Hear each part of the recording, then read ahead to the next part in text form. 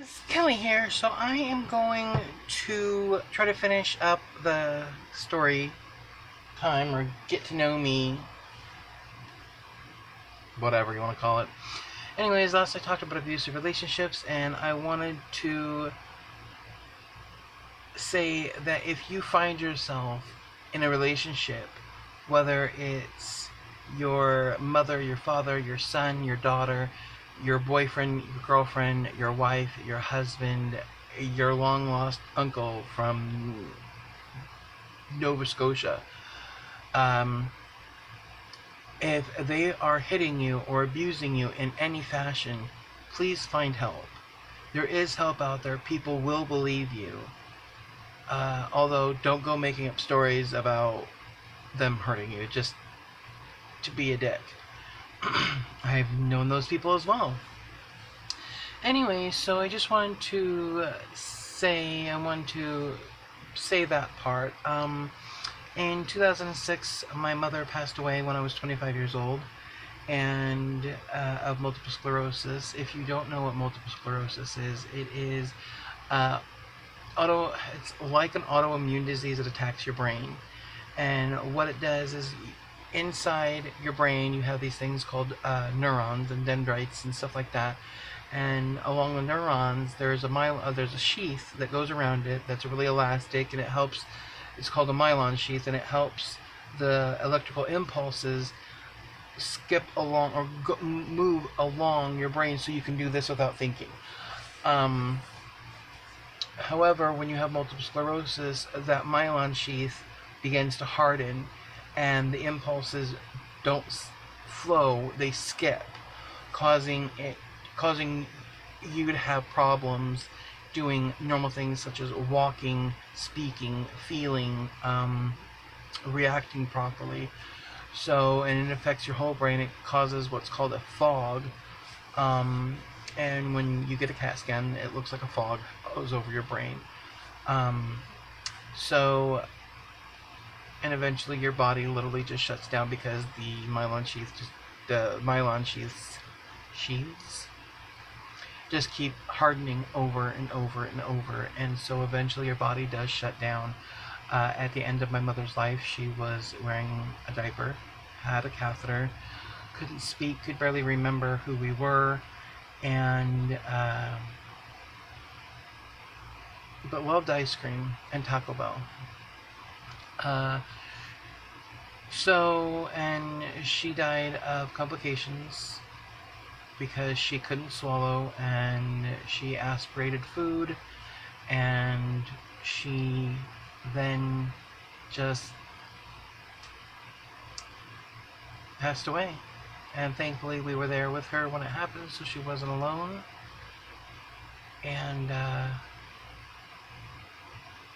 so, yeah, I've already mourned, so that's why there's no tears.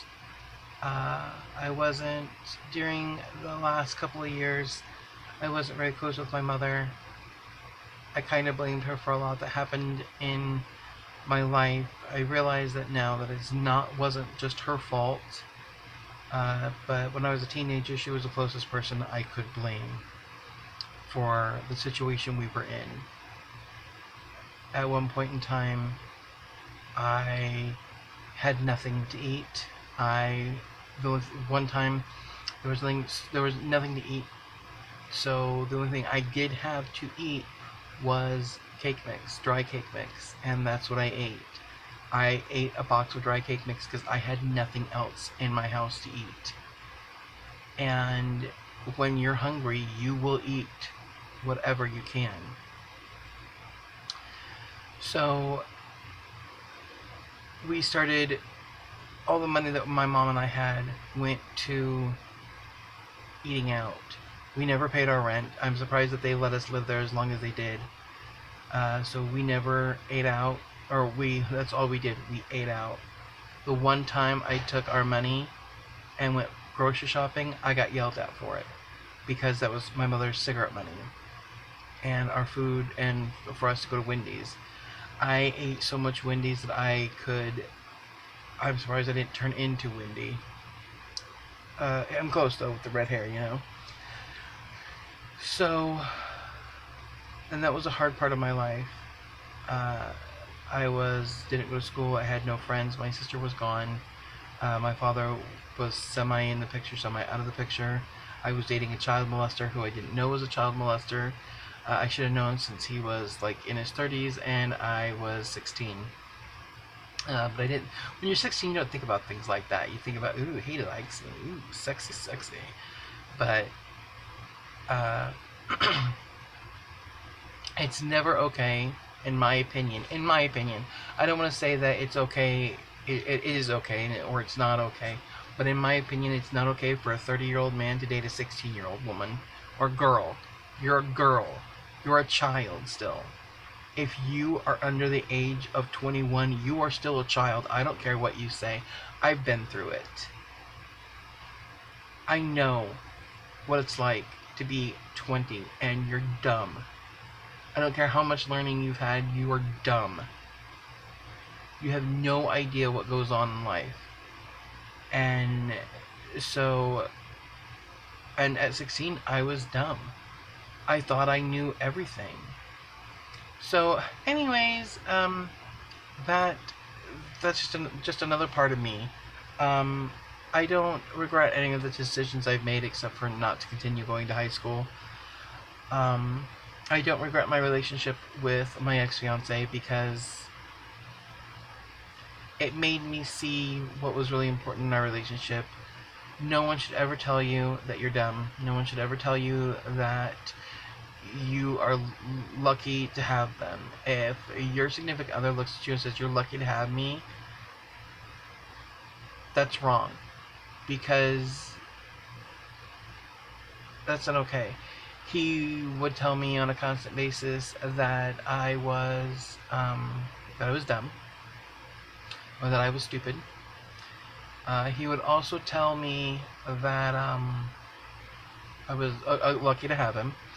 Also, one of the things that he frequently said was that he would dump me. That he used his love, my love for him, as a weapon. By that I mean he would say, if you don't do this, I'm going to break up with you. And I would do it because I was terrified. I'm a fat, white woman, and I like a certain type of person, and it wasn't him. I didn't realize that at the time. But I wasn't lucky to have him. He was lucky that I was with him. Simply because I went through all that. Anyways, guys, I don't know how much longer I have. We're gonna get past this point, to the point where after my mother died. So after that, it was really hard for my family, my sister, my father, to get on with it. My father cried constantly. He still does. He misses my mother a lot because he realizes that he messed up, that he made mistakes, and that he has to live with them. And it's really hard for him to live with those mistakes. So then my sister one day, a couple years after my mom died, looked at me and said, do you want to go back to school? I wasn't planning on it. Well, why don't you come with me? I'm going to go to this thing. Come with me. Okay. And she drugged me to a vocational college called Everest. And we went, and she got me to sign up, and I graduated in 2010. I have a associate's degree in medical assisting, so I am a certified medical assistant. I did pass my AAMA. I have to retake the test again because it's been a minute. You're supposed to do it every 5 years, and it's 2018, getting down to 2019. Can you believe that? It's August, almost September already. Where did 2018 go? Good Lord. Anyways, actually, where most of it went was mourning my sister's death. She died in February of this year, and it's been a really hard time. But that's for another video. I'm trying to get this all out. I don't know how long I have, but I'm going to keep talking until it goes out. So, then in my... Once we all got over that, we moved a couple times, and then over the course of many years, I made friends, or I went on the site called World of Darkness, and they have a chat where you can create a character, and you and many other people on this site create a story together. So it's role playing, and it's fun, and that's where I met my current boyfriend, Daniel, and I can't even begin to describe to you guys how happy he makes me. We're together but not together. He lives in Washington right now. We did have a rough time with our relationship where it was really on the rocks.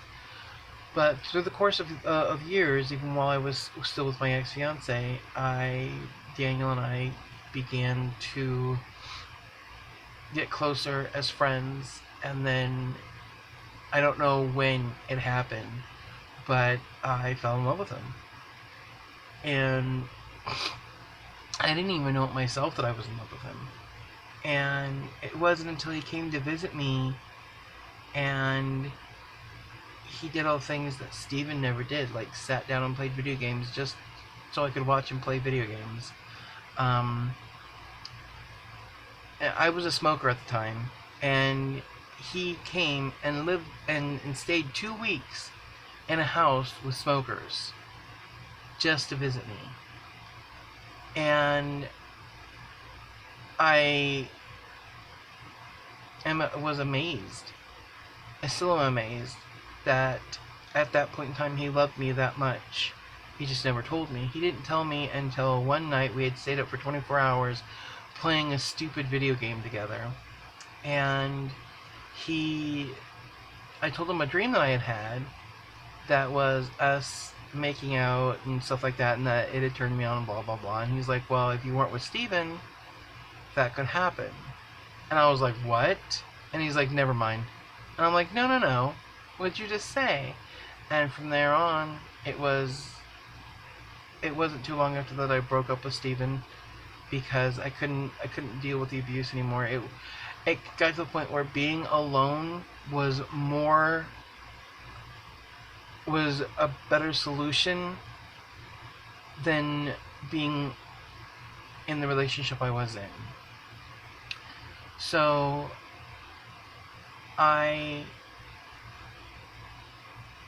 Daniel and I got together, and we haven't separated. It's been 8-9 years. I can't even remember.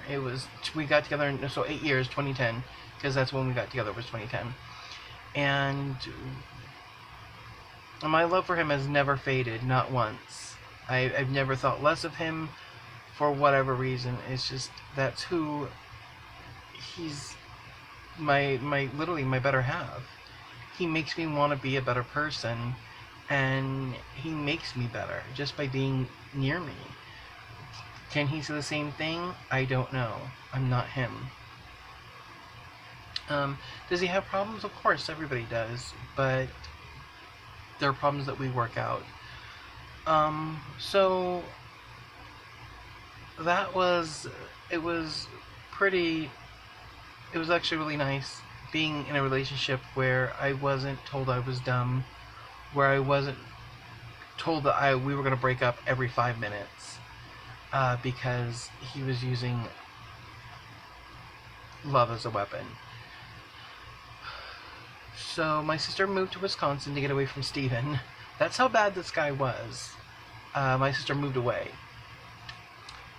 And she came back, and then just bad things continued to happen. It was, our dog died, Buster. He got heartworm when he was in Wisconsin, and he had to be put to sleep. My sister was homeless, and Stephen refused to let her live in our house. And finally,